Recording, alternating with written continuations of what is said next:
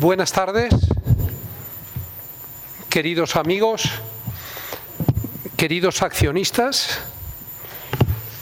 Quiero empezar dando las gracias a la Universidad Camilo José Cela y a nuestra querida amiga y consejera Nieves Segovia por la hospitalidad de albergarnos aquí, en esta sala que fue precisamente la que albergó aquel inolvidable seminario con motivo del primer aniversario del periódico, en el que se debatieron algunos de los grandes asuntos de la agenda de las reformas que necesita nuestro país, y todo lo que se habló entonces, o gran parte, sigue siendo extraordinariamente vigente. Es para nosotros un placer, una satisfacción tener a Nieves y a la universidad dentro del proyecto del Español.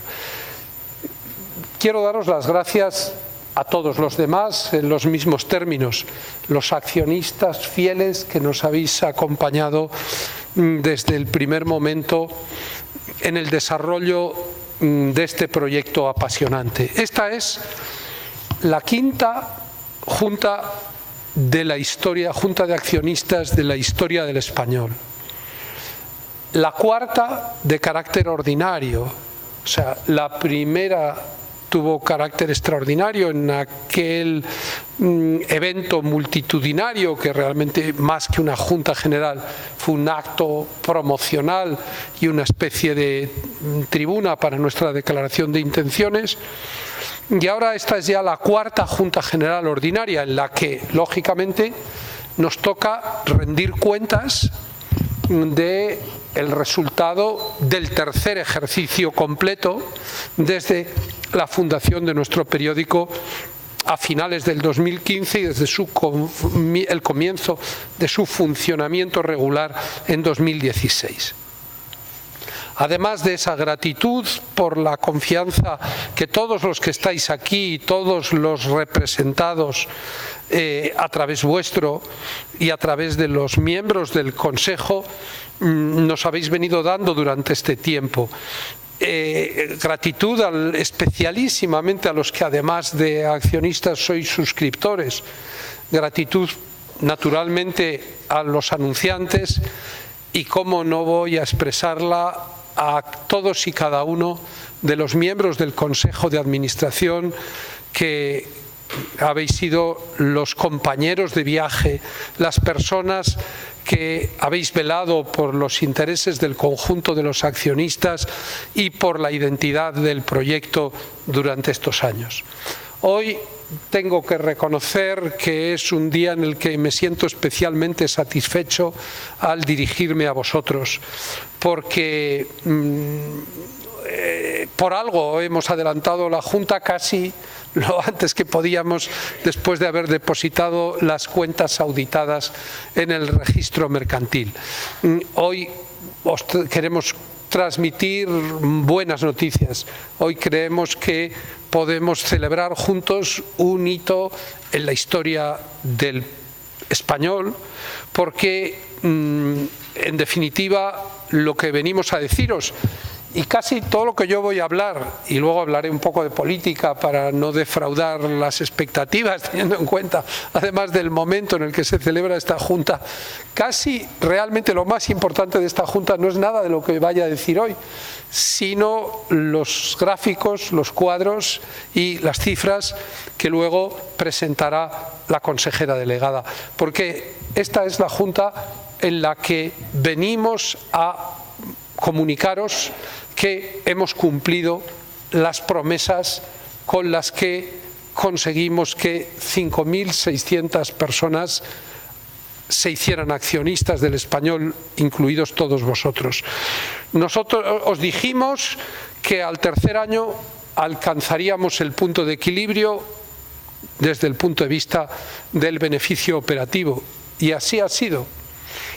Es verdad que ya veníamos cumpliendo los años anteriores, pero cumplir cuando lo que se prometen son pérdidas, pues es menos emocionante que cumplir cuando lo que se promete ya es cambiar el color rojo por el color negro.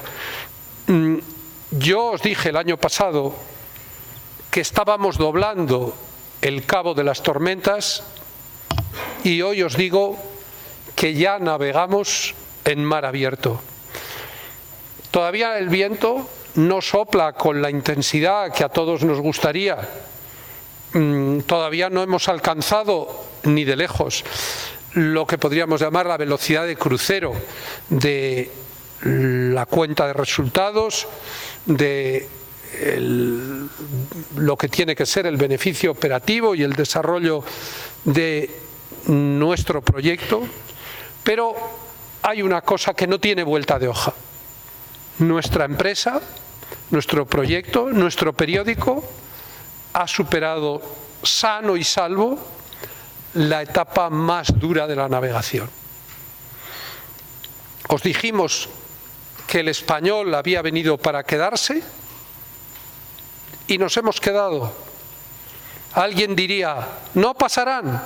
Pues como en el Chotis, ya hemos pasado.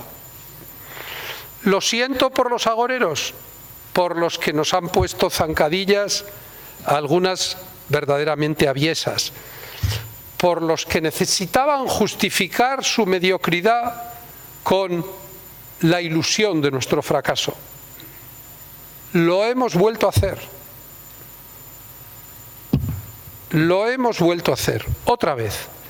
Ya somos uno de los 5 grandes diarios de calidad con implantación nacional y, como digo, estamos en beneficios. Por eso yo no puedo dejar de, ante todo, felicitar, agradecer, compartir esta buena noticia, además de con todos los accionistas, con toda la plantilla del Español. Quiero darle las gracias, por supuesto, a la redacción, con la que todos los días comparto los anhelos, las dichas, las desdichas, la magia del periodismo. Al equipo técnico, que nos ha dado por fin la estabilidad, la capacidad de desarrollo que necesitábamos, al equipo comercial, al equipo de marketing, Leticia, al equipo de audiencia, Saúl, Laura, de SEO, de redes, a nuestra querida y abnegada directora financiera y de recursos humanos, muchísimas gracias, Mamen. A todo el equipo, si alguien se me olvida, que me perdone, y por supuesto a nuestra consejera delegada Eva Fernández, sin cuya tenacidad, sin cuya inteligencia estratégica, nunca habríamos conseguido cumplir el tremendo desafío que ha supuesto cuadrar las cuentas, poner la empresa en beneficios y situarnos a la vez entre los grandes. Como os digo, estos son palabras, los gráficos que corresponden a las cuentas auditadas son la realidad, la prueba del esfuerzo desarrollado y de la eficiencia en la gestión. Yo tengo que reconoceros, ya lo he hecho en anteriores juntas generales, que todo está siendo mucho más duro, mucho más difícil de lo que esperábamos, por razones coyunturales, los problemas tecnológicos, no voy a volver un año más a hablar de ellos, el boicot, que el duopolio televisivo que controla esa enorme caja de resonancia que es la televisión ha venido aplicando al español, la proliferación de la oferta, hubo un momento en el que empezaron a surgir medios nativos como hongos, y los problemas estructurales del sector, los dos grandes más importantes que afectan a los ingresos, la concentración de la oferta publicitaria en Google y en Facebook, que verdaderamente pues esquilma, supone que queda una parte muy pequeña de la inversión para el resto de los actores, y la inexistencia realmente hasta el día de hoy de un mercado de suscripciones que verdaderamente permita desarrollar nuestro proyecto de obtención de ingresos por la vía de la venta de contenidos. Afortunadamente, nuestros suscriptores, la mayoría de vosotros lo seguís siendo, continúan fieles y siguen apoyando con todas las ventajas que tiene la edición, la navegación sin límites, la zona ñ, tantas ventajas como tienen los suscriptores, el blog del suscriptor, todo esto que nos une en la relación cotidiana, en la relación en el día a día. Pero, como digo, no está siendo fácil. Yo mantengo el diagnóstico de que de mis 3 hijos periodísticos, aquí está mi favorita de los biológicos, de mis 3 hijos periodísticos, el español va a ser el más importante. Ya lo es desde el punto de vista del número de usuarios y lectores, pero también lo va a ser desde el punto de vista de la influencia, desde el punto de vista de su incidencia y de su peso en la sociedad española. La dificultad, ese es uno de los grandes pensamientos de mi señor de la montaña, de mi admirado Montaigne. La dificultad es lo que hace valioso el esfuerzo. Lo que no es difícil no tiene mérito. Y al final en la vida, cada uno en lo suyo, las personas que de verdad tienen cuajo en su ánimo, valoran mucho más el resultado del esfuerzo que lo que viene como consecuencia de la fortuna o de las carambolas de la vida. Ya no voy a hablar, claro, nosotros al cabo de 3 años de vida nos presentamos aquí ante vosotros con una cuenta de resultados en beneficio operativo, con una cuenta de resultados camino del beneficio neto, que sin duda, y como nos lo estamos proponiendo, igual que hemos conseguido los anteriores objetivos, el objetivo de este año lo conseguiremos, camino del beneficio neto, sin deudas, sin ninguna deuda, con bancos o proveedores, con los gastos controlados, con los ingresos creciendo en tasas de 2 dígitos y con todas las empresas participadas por el español. En nuestro Consejo de Administración está Xavier Salvador, el fundador de Crónica Global, que es un gran ejemplo de lo que digo. Todas las empresas en las que participa el español están en beneficios. Pero claro, estas cifras todavía son modestas, aunque sean prometedoras. Lo más importante es qué hemos conseguido a lo largo de estos 3 años con todo este esfuerzo. Lo esencial es la posición en la que se ha colocado el español dentro del ranking de la prensa española. Ya no voy a decir prensa digital, eso, como sabéis, siempre en los últimos años me ha parecido un pleonasmo, una redundancia. Tal y como yo venía augurando, las ediciones impresas, ¿qué son? Las brasas residuales de una hoguera que se apaga. Los meros rescoldos de un pasado fulgor que muy pronto serán ceniza.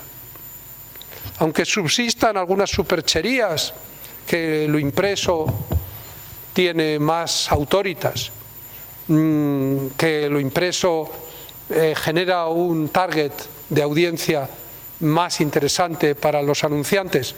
No os creáis, ninguna de esas paparruchas son los últimos recursos de los promotores, de los que todavía se aferran a un tiempo agonizante.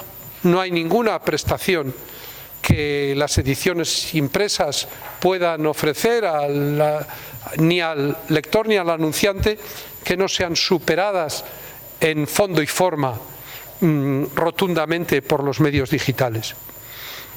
La única distinción que tiene sentido seguir haciendo, es la que podríamos hacer entre los legacy papers, los medios tradicionales que se han tenido que reconvertir a Internet con mayor o menor acierto, con mayor o menor entusiasmo, algunos impulsados por el proyecto profesional que les animaba, otros pues porque a la fuerza ahorcan, los legacy media, los medios tradicionales que se han reconvertido, y los medios nativos que hemos nacido digitales.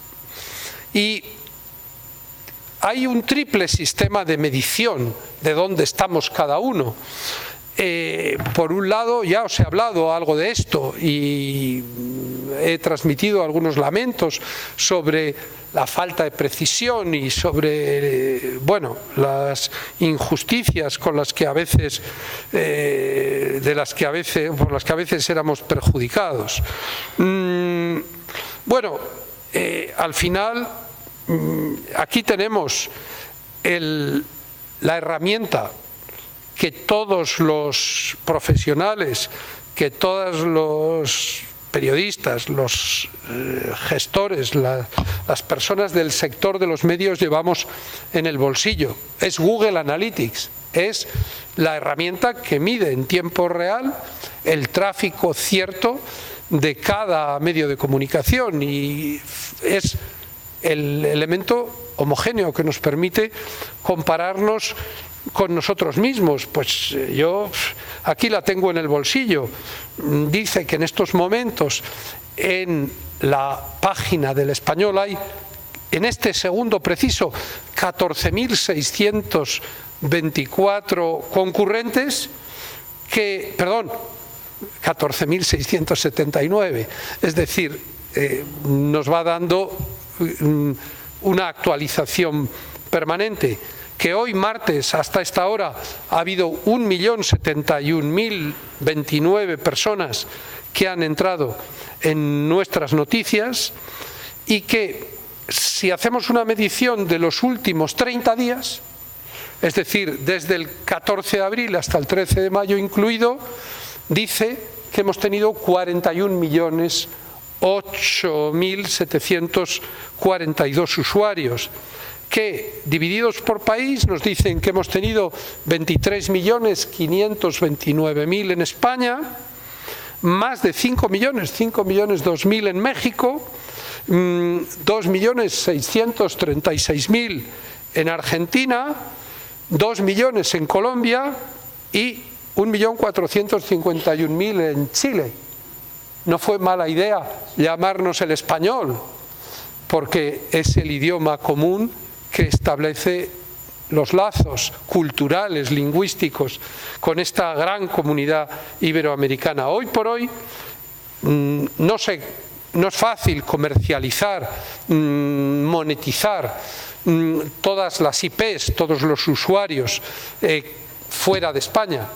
Y por eso, entre otras cosas, pues hay que recurrir a otros sistemas de medición. Pero bueno, Google Analytics, que es lo que yo os enseño todos los años, pues dice que el primer mes de abril en el que nos reunimos, primer mes, nos reunimos en mayo o en junio, un año u otro en la Junta, en 2016 teníamos 6 millones de usuarios únicos según esta herramienta. En el 17 millones. En el 18, 32 millones. Y en el, como os acabo de enseñar, en el 19 tenemos 41 millones, con una singularidad que así como todos los años anteriores habíamos ido a añadir, además de haber tenido un crecimiento, podríamos decir, orgánico, natural, de los propios contenidos del español, también habíamos ido incorporando medios que con un estatus u otro se habían ido sumando a nuestro perímetro.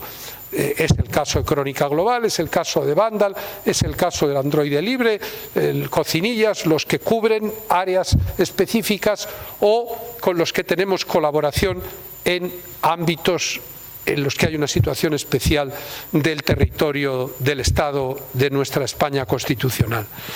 Pero este año el crecimiento es, digámoslo coloquialmente, a pelo. Es decir, que el perímetro es el mismo que hace un año, pero hemos pasado de 30 a 31, en algún momento llegamos a 32, a llevar ya, este va a ser el tercer mes, este mes de mayo, en el que quedemos por encima de 40 millones y veremos si nos quedamos en 41 o si llegamos a los 42.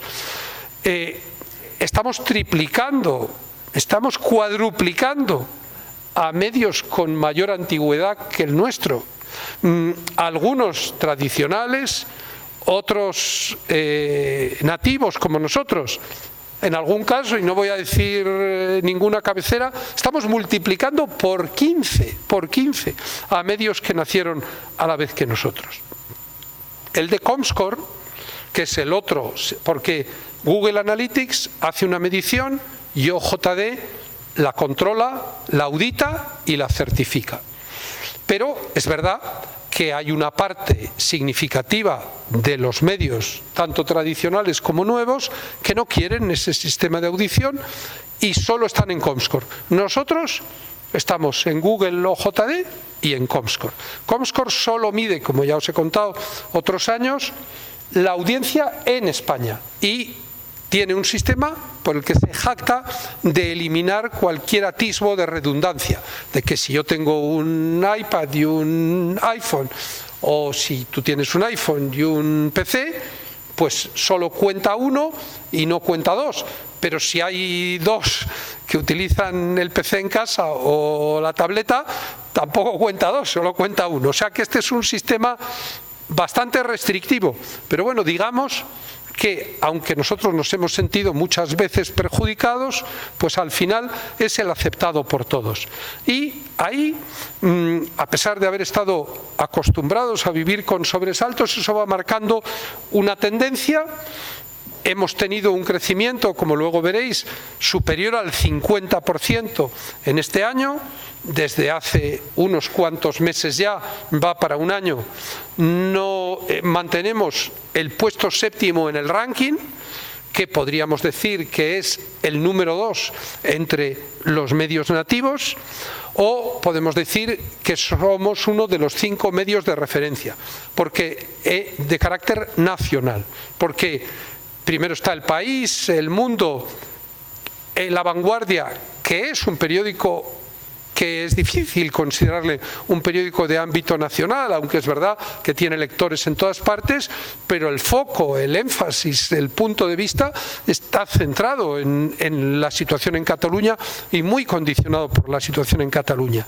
Luego está 20 Minutos, que como sabéis era un medio gratuito impreso que tiene su versión digital y que hace un periodismo absolutamente respetable y yo creo que con mérito, pero no es el nuestro. Y al final lo que nos queda, los que vienen ya, somos los dos únicos medios independientes, los dos únicos que, estando en ese grupo de los 7 grandes, somos nativos digitales y vamos solos, porque El País es del grupo Prisa, un gran grupo multimedia, El Mundo es de Unidad Editorial, me lo vais a contar a mí, un gran grupo multimedia, ABC es de Vocento, La Vanguardia es del grupo Godó, que tiene radios, tiene televisiones.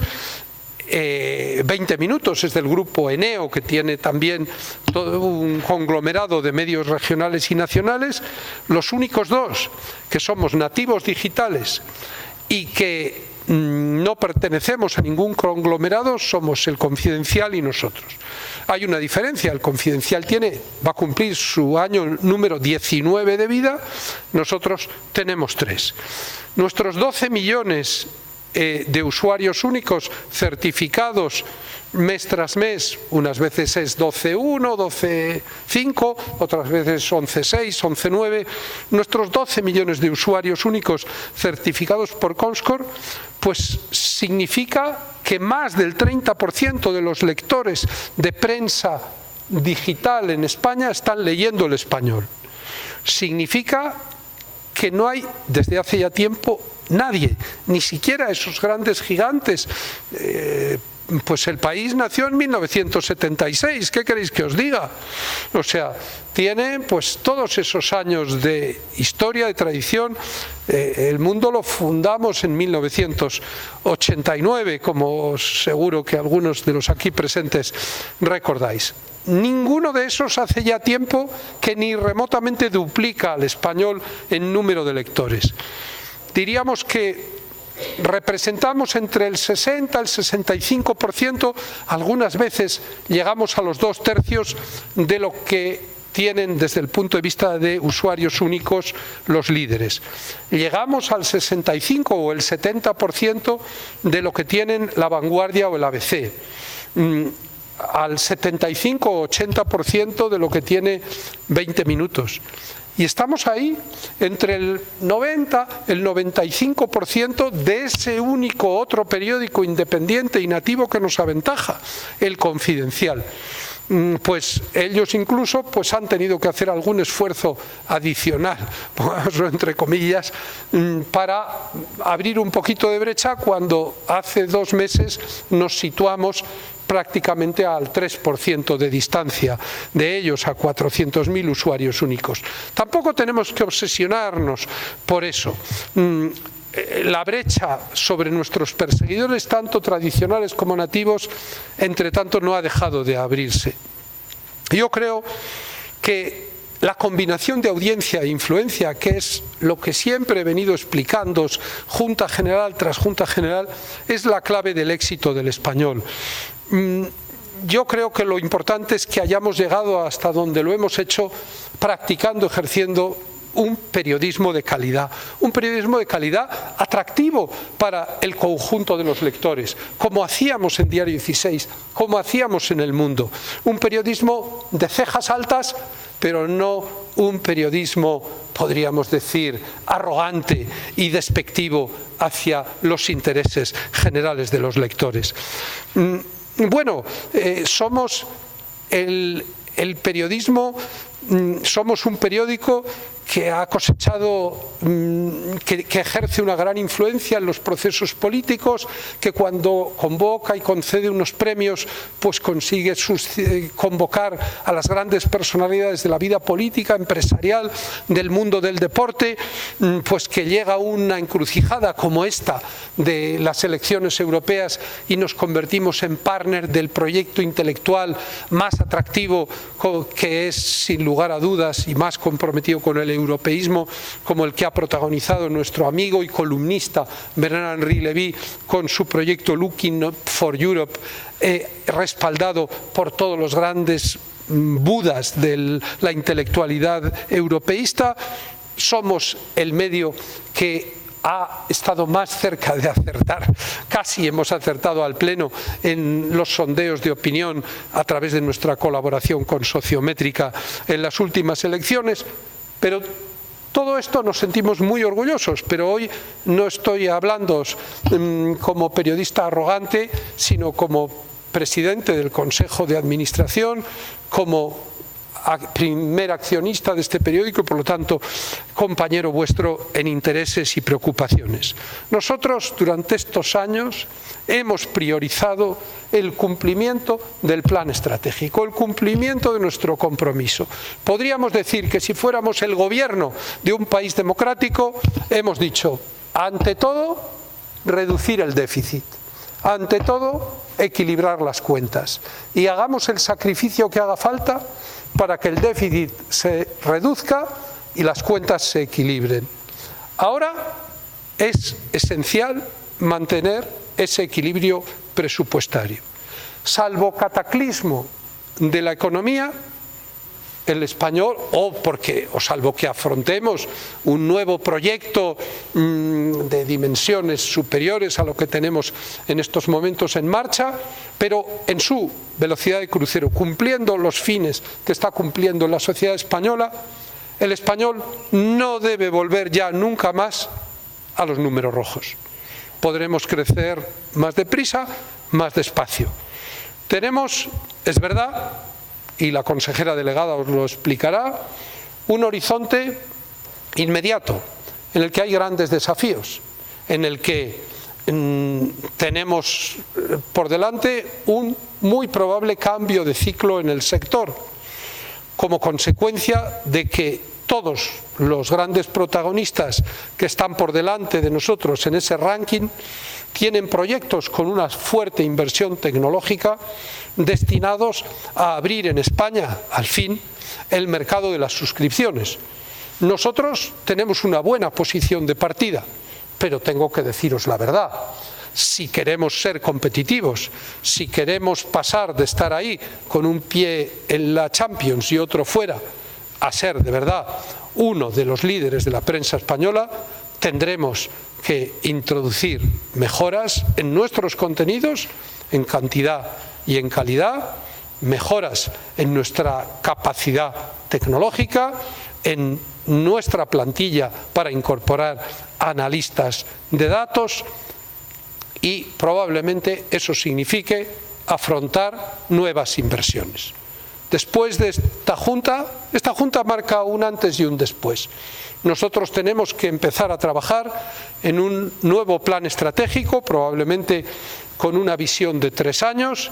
Tenemos que ofrecer respuestas a los dilemas sobre cuál tiene que ser nuestra velocidad de crecimiento, cómo podemos financiar ese crecimiento, cómo tenemos que posicionarnos ante lo que puede ser la última gran criba que establezca el grupo de cabeza de la prensa española si, y lo digo en condicional, se crea un mercado relativamente similar al que había cuando los periódicos impresos eran un gran negocio. Es decir, si de verdad se pueden establecer ingresos directamente por suscripciones en cuantía mayor a los que tenemos hasta ahora todos los medios, y si la cualificación de esos suscriptores, lectores premium, puede suponer también un aumento de los ingresos publicitarios concentrados en esos targets de calidad. Pero todo esto son interrogantes. Todo esto es, ya que se ha muerto Doris Day, el qué será del sistema de medios de comunicación en España. Aquí tenemos una realidad, y la realidad es que con esta Junta General se cumple la primera etapa de la vida del periódico y, como digo, hemos vuelto a hacerlo, hemos cumplido, hemos conseguido los objetivos marcados. Vuestro periódico está a salvo de las peores tormentas, vuestro periódico está navegando, de momento con beneficios modestos, pero con un horizonte de tranquilidad. No voy a dejar de referirme, porque todo esto quedará luego elocuentemente expresado por los gráficos y los datos, el detalle que de manera concienzuda, quirúrgicamente minuciosa, como siempre, os presentará nuestra consejera delegada, pero yo no quiero dejar de referirme, aunque sea en 10 minutos, a la circunstancia política que por segundo año consecutivo coincide con la celebración de nuestra Junta General. Es un escenario de drama, es un escenario de incertidumbre. Recordaréis que el año pasado, cuando nos reunimos en un hotel muy cerca de aquí, acababa de tener lugar la moción de censura que había fulminado como un relámpago, después de tanto tiempo incubándose la tempestad, como un relámpago había fulminado una situación de poder y un liderazgo, el liderazgo personal, que yo siempre he dicho estaba basado en la impostura, representaba el señor Rajoy. Recordaréis que yo hice un paralelismo relativamente prolijo, muy testimonial en función de mis propias vivencias, en relación a lo que habíamos vivido hace 22 años, con la caída de Felipe González y lo que estábamos viviendo con la caída de Rajoy. De nuevo se había producido el triunfo de la información sobre el encubrimiento. De nuevo, algo que un gobernante había tratado de mantener fuera del escrutinio y de la vigilancia pública había terminado aflorando como consecuencia de la tenacidad de los medios de comunicación, y de la misma manera que hace no sé cuántos tiempos ya la primera crisis había supuesto el final de mi experiencia como director de Diario 16, como consecuencia de la conducta impropiamente nada democrática de un gobierno de izquierdas, pues había ocurrido también, todavía no se han cumplido, ni siquiera acaban de cumplirse 5 años, la misma experiencia con un gobierno de derechas por las mismas razones. Yo os lo conté el año pasado con detalle, el paralelismo entre la dinámica en la relación entre el poder y la información, entre el caso Gal, el paralelismo entre el caso Gal y la corrupción en el PP. En ambos casos, al final, la democracia resuelve, encauza la solución de los problemas que se crean dentro de la democracia. Y yo entonces os dije, claro, aquí falta cuál va a ser el desenlace, cuál va a ser el veredicto de las urnas, porque se había producido aquella precaria investidura, un gobierno débil, pendiente del desenlace de las urnas. Bueno, las urnas han hablado el 28 de abril, hablarán de nuevo dentro de 10 días, pero la principal incógnita ha quedado despejada. Yo creo, y así lo he escrito, que Pedro Sánchez empezó a ganar las elecciones del 28 de abril, el día en que Mariano Rajoy tiró la toalla y en vez de renunciar a la presidencia del gobierno, de dimitir para parar aquella moción de censura y dar paso a que otra persona de su partido, o un independiente o alguien que hubiera tenido el apoyo de la Cámara hubiera tomado el relevo, bloqueó cualquier salida y, por lo tanto, permitió que prosperara la moción de censura y que ocupara la presidencia del gobierno a alguien con 73 escaños o 70 y 80 y pico, 84, como tenía, ya es que claro, ahora como la oposición ya es tan menguante, ya no se sabe ni cuántos escaños, pues tenía 84, ahora el que más tiene la oposición tiene 66. Bueno, pues con 84 escaños a Sánchez le dieron el sistema político, el que tiró la toalla le dio lo que nuestro colaborador Guillermo Gortázar con gran tino ha dicho: esto es el bono del canciller, se llama en sistema técnicamente, la prima del incumbente. Él lo pronosticó, que Sánchez tenía una ventaja del 6% por ser presidente del gobierno, poder hacer los viernes sociales, poder nombrar, poder salir en la televisión a todas horas, hacerte fotos con los grandes del mundo e ir a los foros internacionales. Y el tío lo clavó. Sánchez tuvo el 22% de los votos como candidato del Partido Socialista en la oposición y ha tenido el 28%, el 6% como candidato desde la presidencia del gobierno. Pero es evidente que han ocurrido otras cosas, o sea, y hay una diferencia respecto a lo que ocurrió en el año 96, hace 22, hace 23 años, que es que así como, o sea, no deja de ser paradójico, Aznar tuvo 154 diputados en su amarga victoria de 1996. Sánchez ha tenido 123 y todavía no ha dejado de celebrarlo. Claro, la diferencia es que las expectativas de uno eran mucho más altas y las del otro mucho más bajas.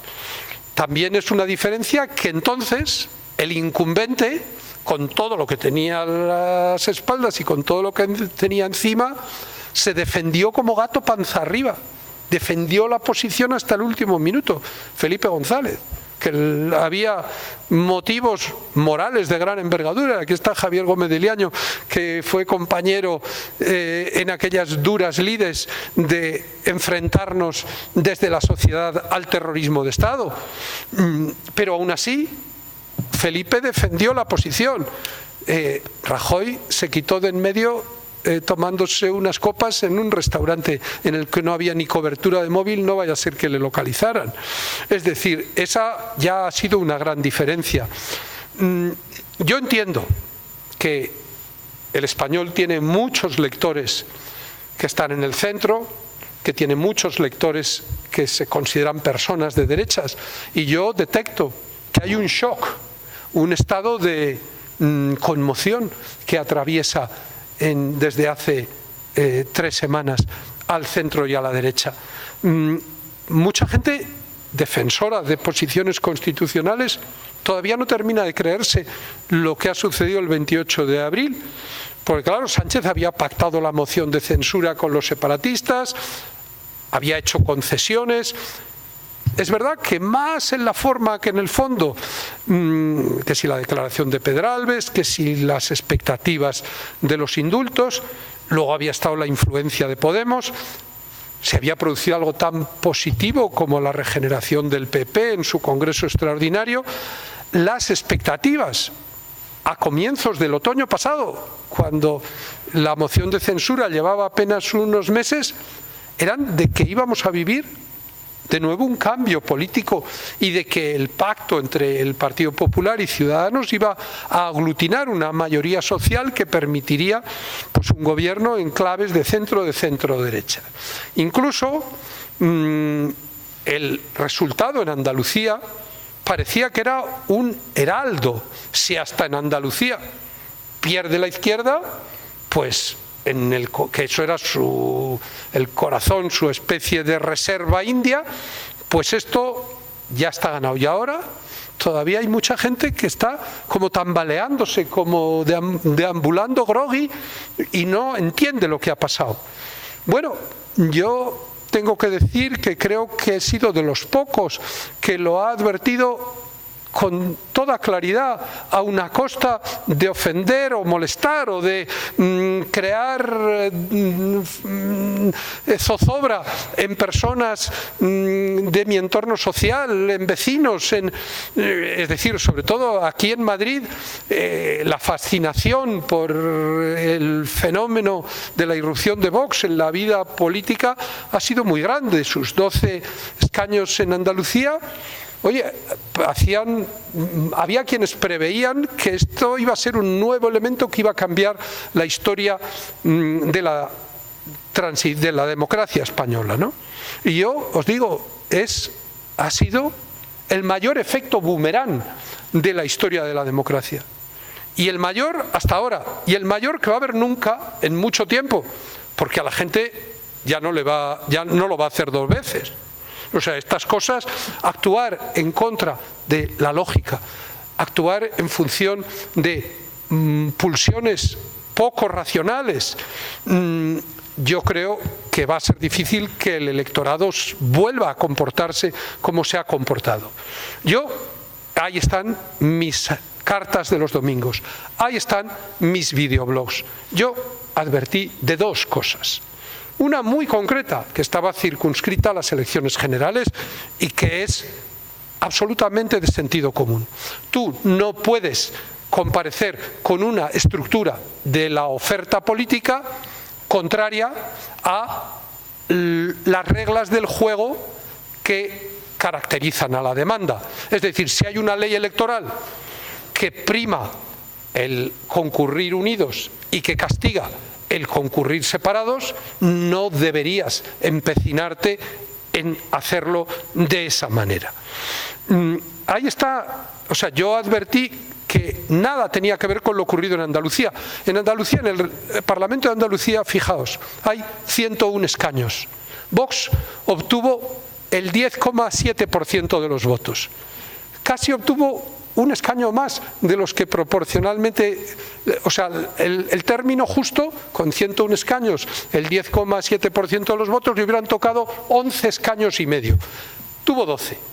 Pero claro, es que la circunscripción con menos escaños en Andalucía, que son 2, Jaén y Huelva, tienen 11 escaños y por lo tanto pueden concurrir distintos partidos, pero claro, cuando en más de la mitad de las circunscripciones de las elecciones generales tienes 5 o menos escaños, es que era inexorable que iba a suceder lo que sucediera.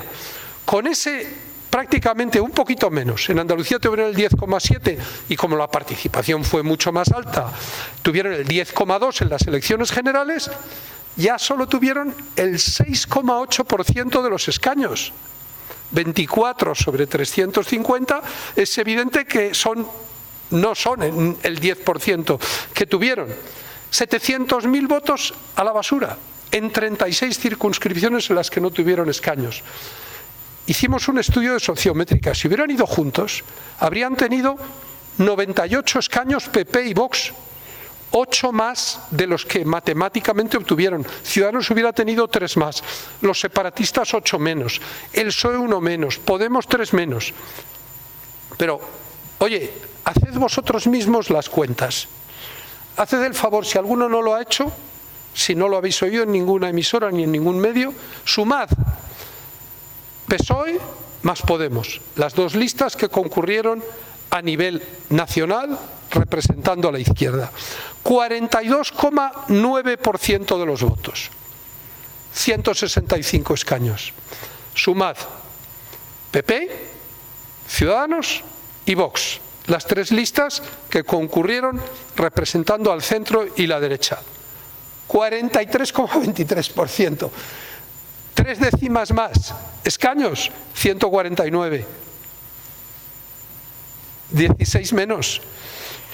O sea, solamente la aplicación de la lógica electoral de las reglas del juego convertía en un disparate esa estructura de la oferta. Yo todo esto os lo explico como accionistas del periódico, como en esta ocasión, porque yo sé que, oye, entre 5.000 y pico accionistas del periódico, pues hay sensibilidades diferentes. Y por supuesto que ha habido accionistas del Español, ¿cómo no iba a ser así? Si lo han hecho el 10% de los votantes, que habían depositado un entusiasmo enorme en la aparición de Vox en las elecciones. Yo les respeto extraordinariamente, pero creo que su apuesta ha sido equivocada y creo que la concurrencia de Vox por separado del PP ha terminado creando ese efecto boomerang, dicho en términos coloquiales, el de la carabina de Ambrosio.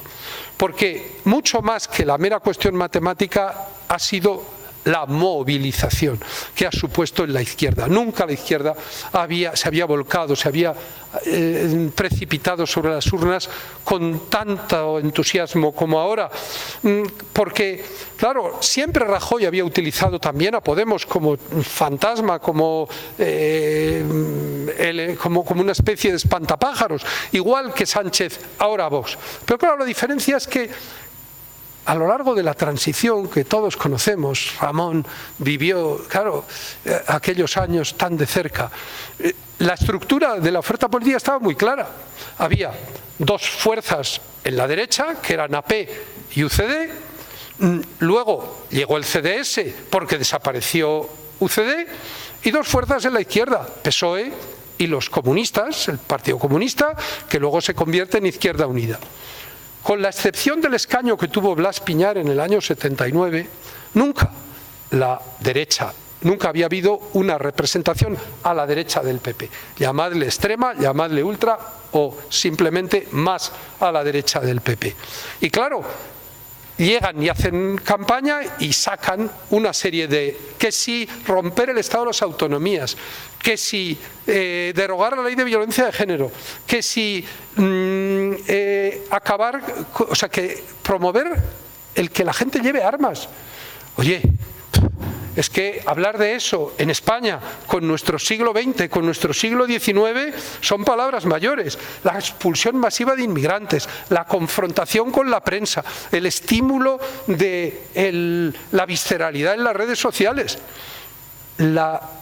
Permitidme, estoy entre amigos, han despertado a la fiera. Es decir, hay un sentimiento que estaba medio domesticado en la izquierda social, que se ha revuelto con una pasión y como si estuviéramos otra vez en los primeros momentos de la transición. Y yo creo que también, porque sería injusto decir todo esto ha sucedido por culpa o todo esto ha sucedido a raíz de la comparecencia de Vox, pero también es verdad que algunos de los errores que ha cometido el PP, posicionándose demasiado a la derecha en algunos de sus planteamientos, que ha cometido Ciudadanos. Un partido de centro no puede poner un cordón sanitario a nadie que no haya cometido delitos graves desde el poder. El tema de la foto de Colón, yo creo que fue un error propagandístico. Todo eso es lo que podríamos llamar el efecto Falstaff. Falstaff, el gran personaje de Shakespeare, decía: I'm not only witting myself, no soy solo ingenioso por mí mismo, sino por el ingenio que genero en los demás. El problema de Vox no solo es lo que ha hecho Vox, sino lo que ha hecho o lo que ha inducido a hacer a los demás. Yo diría que, yo os tengo que reconocer que cuando hubo un día que, acompañado del subdirector de opinión del periódico, yo tuve un encuentro cordial, porque son todas personas a las que tengo respeto, aprecio personal, con los dirigentes de ese partido. Y nos dijeron que antes dejarían de presentarse que permitir que se les mezclara o confundiera con el PP. Yo dije, esto está perdido. La izquierda tiene aquí cuerda para rato. Y fijaos, todavía estamos en la resaca. Ramón se acordará muy bien de lo que pasó en las elecciones municipales de 1983, cuando, después de que Felipe González arrasara en octubre del 82, aquello fue un paseo militar para el PSOE. Y hubo pluralismo en el Ayuntamiento de Madrid porque Ramón consiguió 4 concejales. Es decir, pero 9, bueno, perdona, no te quería quitar 5. En el 83 fueron 9. 4. Amigo, o sea que no estaba diciendo, que no estaba faltando a la verdad. Bueno, pues incluso, quiero decir, los 9 tan meritorios del 79 se convirtieron en 4. Porque es que, claro, el efecto arrastre, el efecto apisonadora después de unas elecciones, ahora la derecha y el centro están desmoralizados, están confundidos.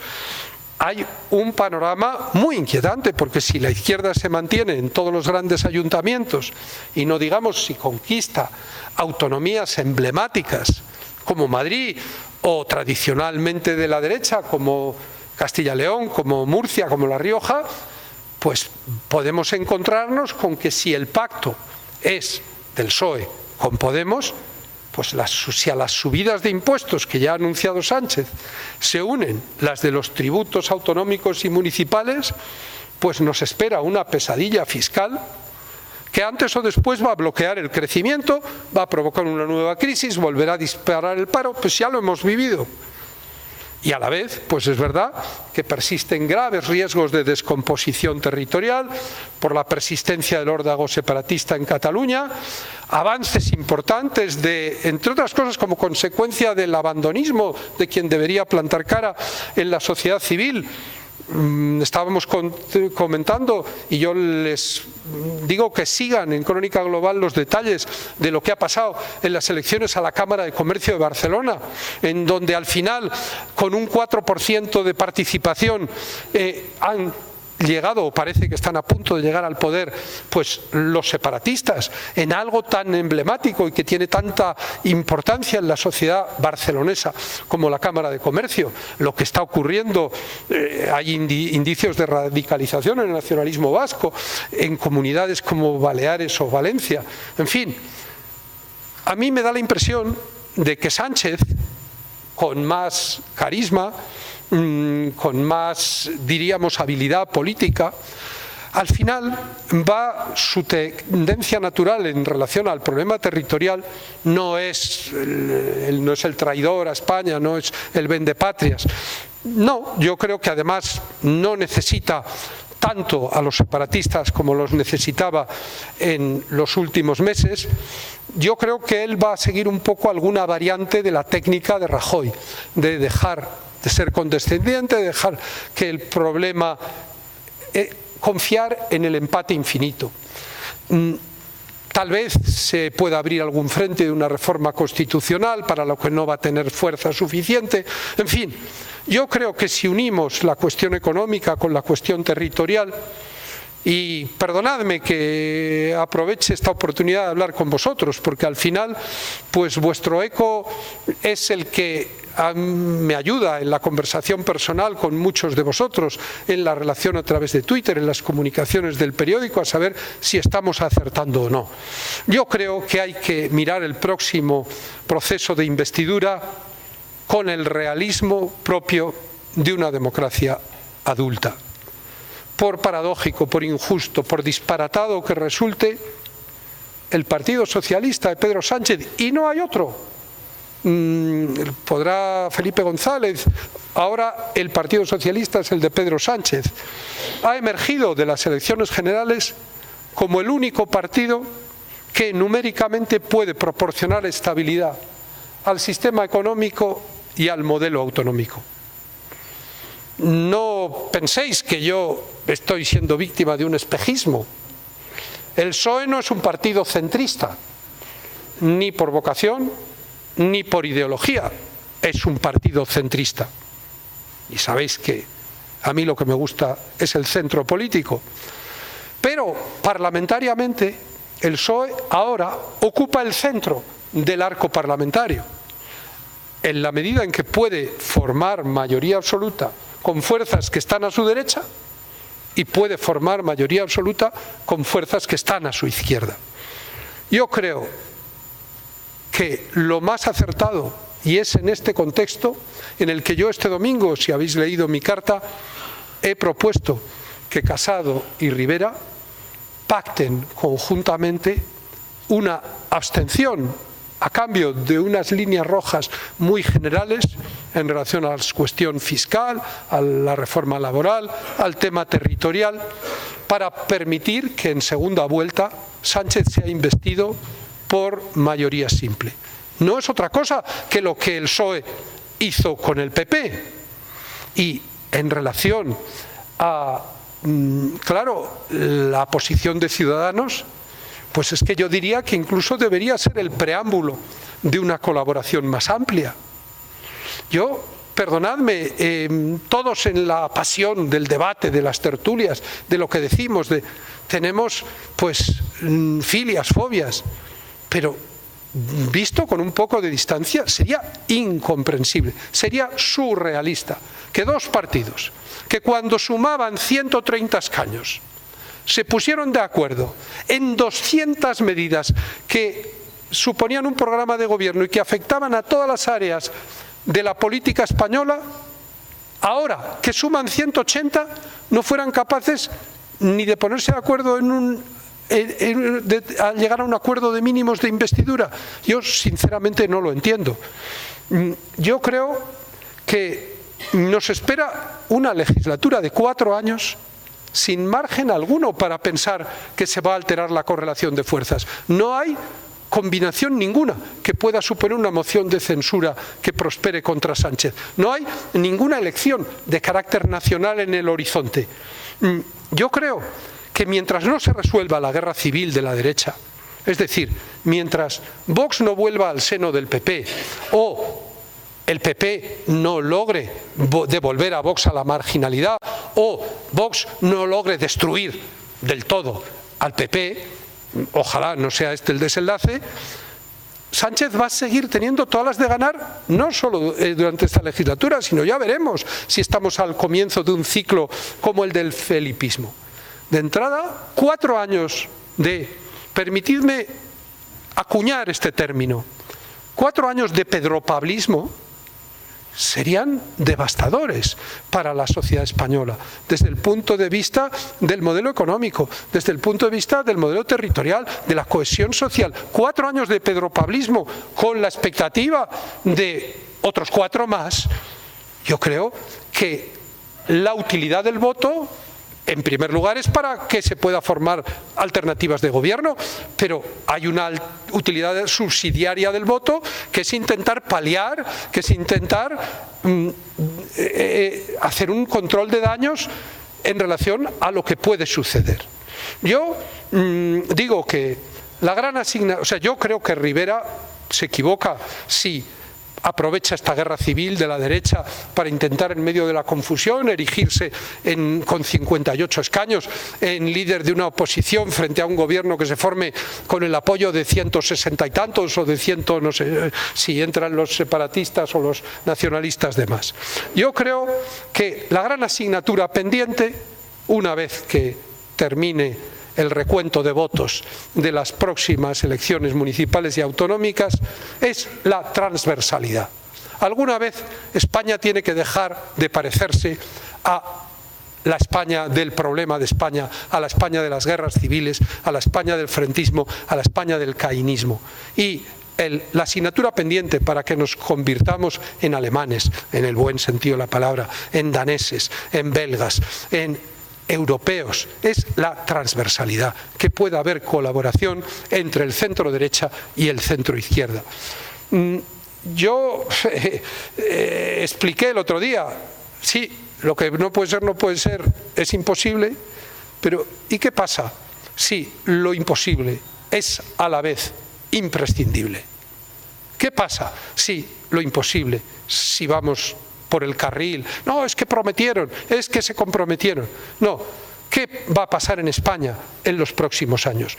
Yo, desde luego, hemos estado, y aquí hay algunos que habéis vivido muy cerca de mí, distintos momentos, hemos estado en la trinchera cuando ha habido que estar en la trinchera. Hemos formado un dique frente a determinadas conductas cuando ha habido que formarlos.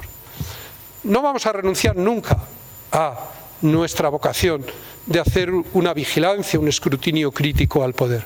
Pero hay veces que también los medios de comunicación tienen que demostrar que su capacidad de influencia puede tener un sentido constructivo. Y hay veces que, después de haber sido trinchera, después de haber sido dique de contención, toca intentar contribuir a ser puente.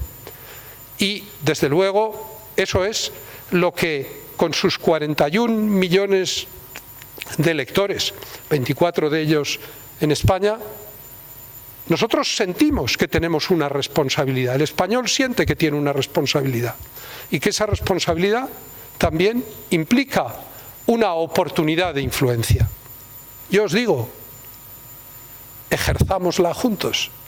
Yo os digo, intentemos que lo que ocurra a partir de ahora sea lo más conveniente para España y que nuestro periódico sea no solo el testigo, sino también el inductor, vigilante de todo eso. Muchas gracias y atención, que lo importante de este año son los gráficos de la consejera delegada.